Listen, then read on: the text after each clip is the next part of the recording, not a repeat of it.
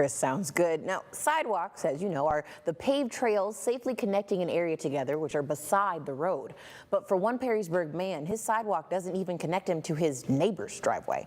He says the city forced him to put one in, and now he regrets it. Our Trent Croce spoke with him exclusively today. Now, Trent, what's going on with this? Tatiana, for Aaron Hutton, his wife, and 2 children living in Perrysburg has been great. But Hutton says he wants to be treated fairly. So when Perrysburg officials forced him to install a concrete sidewalk to nowhere, installation practically broke the bank and destroyed the understanding of why nothing more can be done. Aaron Hutton says his family is proud of their neighborhood, having lived there for 3 years.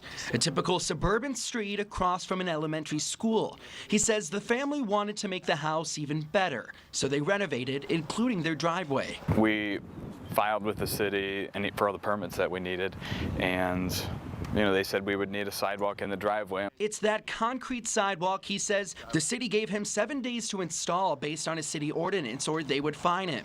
So with the fear of being fined, Hutton got to work. Spent the next 7 days pickaxing this brand new driveway section out to put the sidewalk to nowhere in. The sidewalk to nowhere actually did go somewhere, deeper into his pocket, since he had to pay for it, mostly in cash.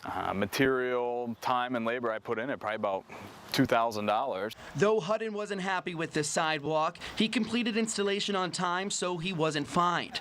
It's something he says the city tried to make his neighbor install too after putting in a new driveway themselves. He didn't want to put a sidewalk in because there wasn't one before. It doesn't go anywhere. So he argued, called the city. And that's where Hutton said things which were similar in the beginning then turned sketchy after his neighbor's call to the city. Planning and zoning said we tried to enforce that, but the mayor gave him special permission. You need to talk to the mayor about that. He then called the mayor to ask what could be done. He himself said, yeah, sorry, you're just kind of out of luck. Hutton says the mayor told him he could put in a request to get reimbursed for the cost of the sidewalk, but was told it probably wouldn't happen. Who are you supposed to call when the person, on top is making those decisions? I don't know who else to go to. Now Hutton is left with the sidewalk to nowhere and no answers. The city of Perrysburg released this statement to WTOL 11, quote, city administration had discussions about the sidewalk requirement on White Street after a resident brought it to our attention. During those discussions and investigation, we realized that since many of the properties on the road do not have a city right-of-way, a sidewalk could never be connected because they are private properties.